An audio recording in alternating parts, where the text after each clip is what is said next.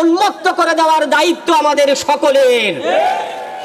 সম্মানিত প্রিয় উপস্থিতি, আমরা পরবর্তীতেও কাঁধে কাঁধ মিলিয়ে একটি কল্যাণমুখী ইসলামিক রাষ্ট্র প্রতিষ্ঠার প্রত্যয়কে প্রতিষ্ঠিত করার জন্যই আমরা সর্বাত্মক প্রচেষ্টা গ্রহণ করব, শ্রম দিব, ঘাম দিব ইনশাআল্লাহ। অবশেষে আজকের মিছিল আমরা যা দিয়ে শুরু করেছি, আমরা লক্ষ্য করেছি আমাদের প্রত্যাশা যা ছিল, আজকের এই ১ নং ওয়ার্ডের সাধারণ জনগণকে ধন্যবাদ দিতে হয়। সকলে স্বতঃস্ফূর্তভাবে আমাদের প্রত্যাশার চেয়ে মিছিলে অংশগ্রহণ করেছেন। এ থেকে আমরা এটি বুঝতে পেরেছি, পরবর্তী বাংলাদেশ ইসলামী আন্দোলনের বাংলাদেশ, ইসলামী রাষ্ট্রের জন্য এদেশের জনগণ অপেক্ষা করে আছে।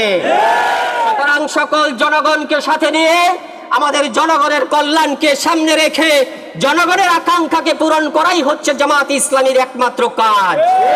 সুতরাং আমরা আপনাদেরকে এই ঘোষণা দিতে চাই, বাংলাদেশ জামাত ইসলামীকে যদি আল্লাহর রহমতে এবং আপনাদের ইচ্ছার মাধ্যমে এদেশের রাষ্ট্র ক্ষমতায় দিতে পারেন, এদেশ হবে দুর্নীতি মুক্ত, চাঁদাবাজ মুক্ত, ইনসাফপূর্ণ একটি কল্যাণমুখী রাষ্ট্র।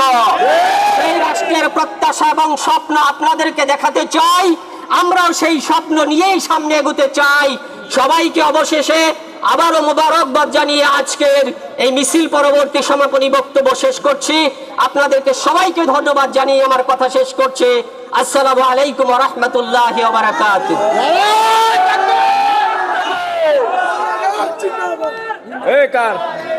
সম্মানিত উপস্থিতি, আজকে আমরা দেখেছি তরুণরা বেড়ে এসেছে, আমরা দেখেছি মা বোনেরা জানালা দিয়ে আজকের এই মিছিলকে স্বাগত জানিয়েছে। আজকে আমরা দেখেছি বৃদ্ধরা আমাদেরকে স্বাগত জানিয়েছে। সম্মানিত ভাইয়েরা, ২৬ সালের জাতীয় সংসদ নির্বাচনে যারা ভোট দিতে